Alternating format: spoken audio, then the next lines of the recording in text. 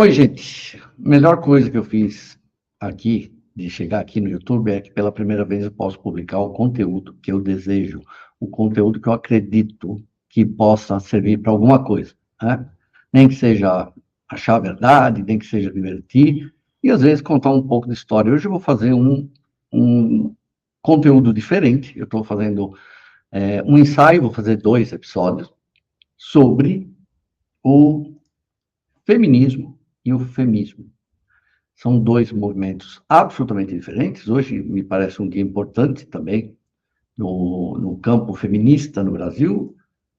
Teve discurso da ministra, teve também o anúncio de que a Maria da Penha vai passar a ter proteção 24 horas. Eu sou totalmente a favor. Você pode não gostar, você pode não acreditar nela, mas ela virou um ícone, e ícone atrai ódio, atrai psicopatas, certo? Eu acho que deveria ter sido feito antes até isso. Então, é um dia importante. E eu, como homem, cis, gênero, branco, classe média, era classe média pobre, né? Fui subindo para a classe média, subi um pouquinho. Adoro história, eu caí nesse mundo do feminismo há 4 anos, lá quando eu começo a cobrir o caso Melling, nunca tinha me dedicado muito, exceto ali nos anos 90, porque eu lia muito Camille Paglia, que as feministas odeiam, né? Não é? Camille. Enfim, e então por causa disso eu consigo fazer esses conteúdos. Hoje eu quero contar uma história aqui para vocês, porque primeiro, gente, a maioria de nós, quase todos, em algum momento ou ainda, estão confundindo, estão errando quando misturam feminismo e feminismo. O feminismo é um movimento que tem origem no século XIX, o feminismo é um movimento que tem origem nesse século, quiçá nessa década passada, certo? Então, quando você vê alguma daquelas mulheres que vocês chamam de as lacradoras, né? Cheia de ódio contra homens, desejando, sabe, cadeia para todos, todo mundo é bandido, não interessa se teve mentira, se a mulher mentiu é porque você merece. Quando você fala que uma mulher dessa é uma feminista, você está cometendo uma injustiça com um movimento que tem aí 211 anos. Certo? É injusto isso. Então, é bom a gente explicar. Nesse primeiro vídeo aqui, eu vou falar sobre especificamente o feminismo, né?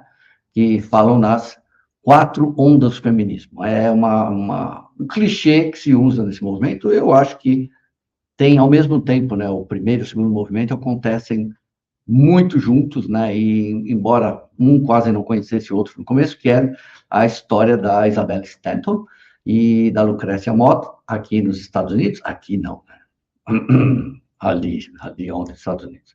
E do outro lado do Atlântico, lá na Inglaterra, você tinha a Mary Wollstonecraft. Depois eu mostro ela aqui, é linda. Olha isso. Essas são as primeiras mulheres que vão tratar de feminismo de uma maneira teórica. Já vão escrever, já vão falar para as outras mulheres. Mas isso é muito tímido, gente. Isso aí é muito tímido. A Mary, ela vai ter uma influência muito grande ali na Revolução Francesa, 1789, né? Então, ela vai, tanto que parece que 15 dias antes do rei Luís XVI ser guilhotinado, ela estava em Paris. Mas vamos contar toda essa história aí aos poucos para vocês entenderem. Então, esse movimento vai começar. Então, vamos voltar ao seguinte. Quantos anos o ser humano está na Terra? Vamos pensar, ser humano não, essa é Homo sapiens, 200 mil, vamos dizer, certo? É meio por aí. Fala 200 mil, redondo. A partir do momento que provavelmente surge o ser humano, surge o gênero masculino e feminino, tem uma ocorrência física e biológica. Aí eu só posso fazer uma relação, uma conjectura, né? Biologicamente, o homem mais forte, mais grosseiro, né? Sempre tomou a frente nas coisas. É óbvio que em algum momento ele já espancou o outro gênero, né? E vai saber, né? Foi assim que deve ter acontecido. E aí, vejam bem, a gente está falando de 200 mil anos. Então, nos próximos 199.800 anos, 199.800 anos, a mulher vai ser subjugada por esse homem das cavernas. Ele só vai passar a usar mais roupa, né? Tomar banho de vez em quando, mas basicamente ao longo da história vai ser isso. A mulher vai ser submissa, submetida, subjugada, agredida, violentada, morta, vendida, usada como moeda de troca ao longo desses 199.800 anos. Então, para vocês terem uma ideia, só na metade do século XIX ali, que vai começar pela primeira vez a mulher chegando, tirando a cabeça para fora desse sistema opressor, violento, que ela começa a falar, peraí, até quando que você vai me tratar desse jeito? E isso vai acontecer nos Estados Unidos, ao mesmo tempo que acontece na Inglaterra com a Mary, né? Então, aqui, a Isabel Stanton, e você tinha a Lucrécia Mott, né? Mas isso é só o comecinho. Aí acontece a Revolução Francesa. O que aconteceu na Revolução Francesa de importante para o feminismo? Seria muita hipocrisia os caras ficarem usando o lema igualdade, liberdade, igualdade, fraternidade e manter a mulher fora disso, né? Ah, não, é liberdade e igualdade só para nós, vocês não. Era um pouco, mas aí começa a ter uma mudança de comportamento. Porque vocês veem, o feminismo tem origem no iluminismo, se você pensar. Uma das últimas boas coisas do iluminismo, né? Depois vai descambar para a Revolução Francesa aqui, né? Mas uma das últimas boas coisas que vem do iluminismo. E por que chama iluminismo? Porque estava saindo da Era das Trevas, sabe? Inquisição. É saindo não, né? O pessoal estava acordando, né? Martinho Lutero, as pessoas saindo esse autoritarismo assassino, muitas vezes, da igreja, e vai descambar. Lá no final, depois de 120 anos que começa o iluminismo, a gente chega ao feminismo com essas mulheres, né? Entendeu? Então, já voltamos ao passado, né? Voltamos 199.800 anos, certo? E agora teve essa primeira onda, que é a Lucrécia Mott. A frase mais famosa dessa Mary Wollstonecraft, tem a falar aqui em britânico, Wollstonecraft, ela fala, olha a frase, tanto o homem quanto a mulher devem ser tratados como seres racionais.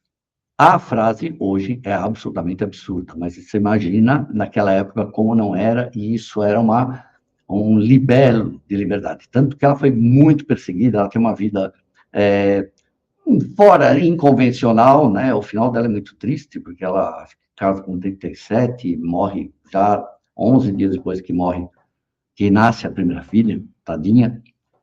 E ela é considerada, apesar da Isabelle, da Elizabeth, ela é considerada a primeira filósofa do feminismo, né? Mas olha como começava aquela base filosófica. Nós temos de ser tratados como seres racionais iguais, né? Ela já foi, então, cancelada, talvez a primeira cancelada disso aí. E aí tá, né? Em 1792 ela vai para Paris e estava assistindo o Luís XVI perder a cabeça e não no sentido irônico. Aí vem a segunda onda, gente. Segunda onda começa em 63. Eu vivi essa onda, né? Eu sou de 63, exatamente.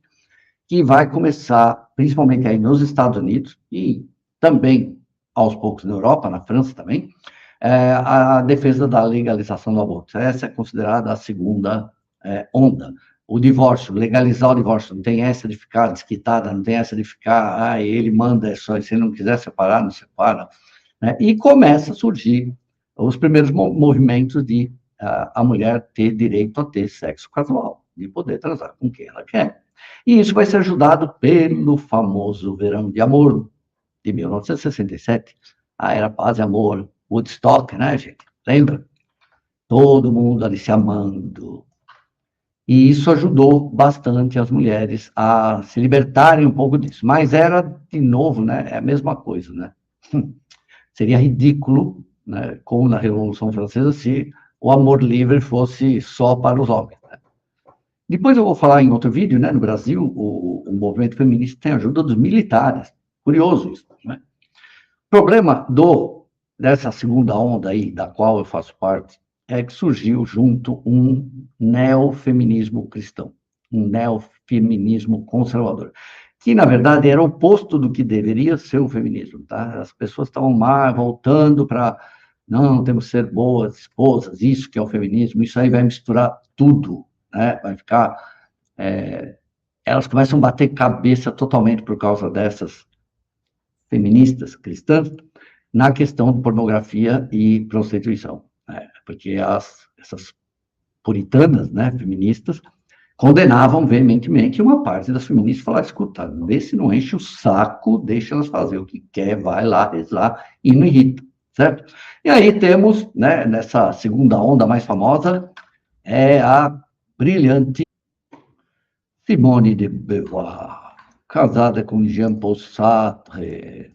Essa é uma lenda, inclusive tudo que ela escreveu faz muito efeito até hoje, né? Tem sabe, as analistas críticas que querem desconstruir, mas ela é a primeira, Simone de Beauvoir, literalmente ergue a voz contra a exclusão de mulheres na política, é a primeira a falar em desigualdade salarial, em desrespeito profissional. Então, ela tem uma obra maravilhosa, né, O Segundo Sexo, que é o primeiro raio-x, provavelmente, da condição feminina, né, ali nessa década de 60, 70, né?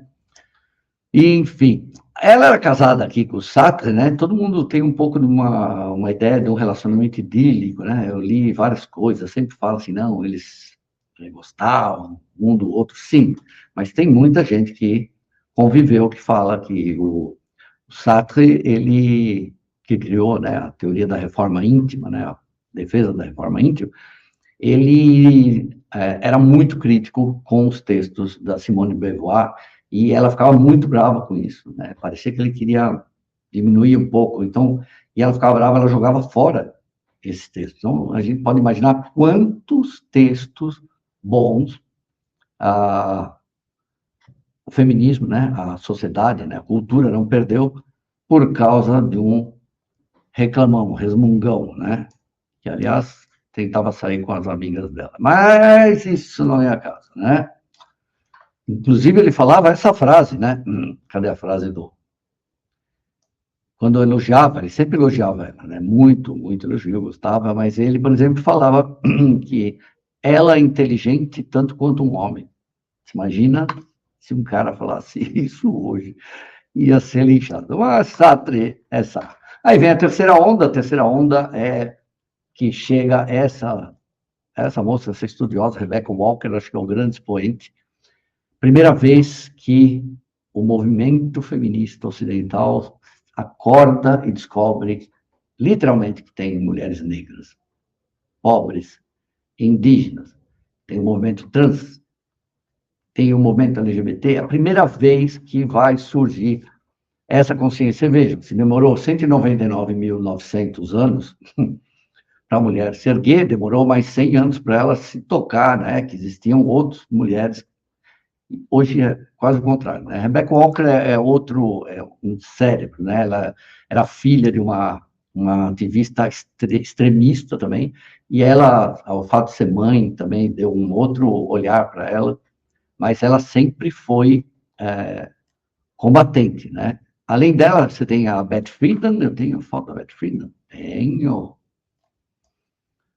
Cadê a Beth? Tá aqui. Beth Friedan, né? Essa daí, a Beth Friedan e a Gloria Steinem, né? As duas vão começar a questionar, a Friedan vai questionar a questão da expressão dona de casa, né?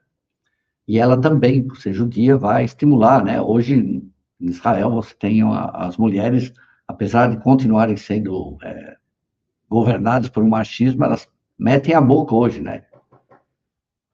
Teve Golda Meir também, né?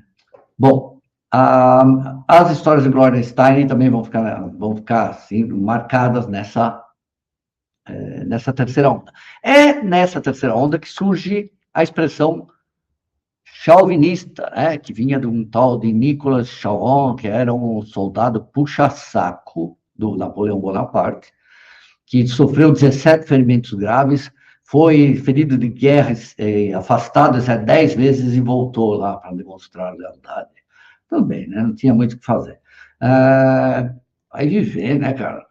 E é nessa era, que é terceira onda, que vai mais para frente, ali na quarta, o porco chauvinista vai ser resumido como um macho escroto, certo? Esse puxa-saco aí, né? De novo, nessa terceira onda, continua tendo um racha entre as mulheres que querem não encher o saco de prostitutas, de garotas de programa e de atrizes pornô, e o outro lado que continua infernizando o que quer, né? Então, isso só vai parar agora nessa quarta onda que eu vou contar agora. Quem mais? Terceira onda também a gente tem a Camille Paglia, ela pega a quarta onda também, né? Também pega a quarta onda, né? Pensadora feminista, ela vai causar um racha também, porque as mulheres não gostam dela, né? Ela tem umas frases que ninguém gosta, como, por exemplo, né? Ela abre aspas, não dá para cobrar perfeição de homens como se estivéssemos no escritório. Cadê? Gente, adorava. A Folha dava muita matéria dela, fazia muita entrevista. Eu adorava. Tinha um crush nessa mulher, gente. Adorava. Enfim. E aí, chegamos aqui na quarta onda. A quarta onda é essa que a gente não está vivendo agora. É a que passou, na minha opinião. Por isso que eu vou explicar no próximo vídeo. Essa quarta onda nasce eminentemente dentro da rede social, né? Já que a mulher não conseguiu colocar sua voz para fora na sociedade, fisicamente, ela fez no mundo digital e conseguiu mudar muita coisa. Ela começa ali, lá 2011, 2012, vai começar a gritar para assediadores, principalmente assassinos, estupradores e outros homens que cometem violência contra mulheres, tenham uma punição mais pesada. Isso vai começar lá em 2012, né? Um pouco antes até, né? Vai começar, de fato, com a Lei Maria da Penha. Essa é a verdade, né? E em 2017 surge o famoso movimento Me Too, quando um grupo de atrizes, o movimento Me Too é colocado por uma ativista pela primeira vez, que usa essa expressão, parece, e aí as atrizes de Hollywood, né, começam a fazer uma onda de denúncias contra um diretor bilionário chamado Harvey Weinstein, né? O cara que fez filmes aí maravilhosos, aí você descobre que o cara era um canalha, tinha um modus operandi, estava sempre de toalha, esperando alguma mulher, podia ser Angelina Jolie, podia ser quem fosse, estava lá de toalha pedindo massagem. Era uma coisa, né? Porque o cara adquiriu tanto poder que ele achava que ou elas faziam o que ele queria, né? Aquilo era talvez até um teste, né? Para saber se então, indecência está preso, agora chega aí nos tribunais claudicante, né? Quase como um Quasímodo. Agora acabou a saúde, né? Não tem mais vontade de massagem, nem vontade de aparecer de toalha na frente de ninguém, certo? E aí começa o movimento Me Too 2017. O próximo capítulo que eu vou fazer, próximo episódio, né? Desculpa, desse pequeno ensaio, é quase tudo improvisado, tá bom, gente? Eu tô só pegando aqui umas coisas para ir seguindo a onda, né? E aí, essa quarta onda dizem que está até hoje, 2017 até 2024. Eu, homem, cis, branco, hétero, eu discordo. Eu acho que já estamos na quinta onda, e essa é a quinta onda que eu vou contar no próximo episódio. Espero que sirva para alguma coisa isso aqui, para saber que tem homens que também sabem estudar, que gostam da história do feminismo, e eu estou aqui também, principalmente, para acabar, ou ajudar a acabar. É muita pretensão acabar. Mas para mostrar que você, quando chama uma pessoa supremacista, uma mulher supremacista, radical, agressiva, quase todas, né? Você chama ela de feminista, você está cometendo erro. É sobre essa específica mulher que a gente vai falar no próximo episódio. Espero que vocês gostem. Beijo do ogro. Fofogro.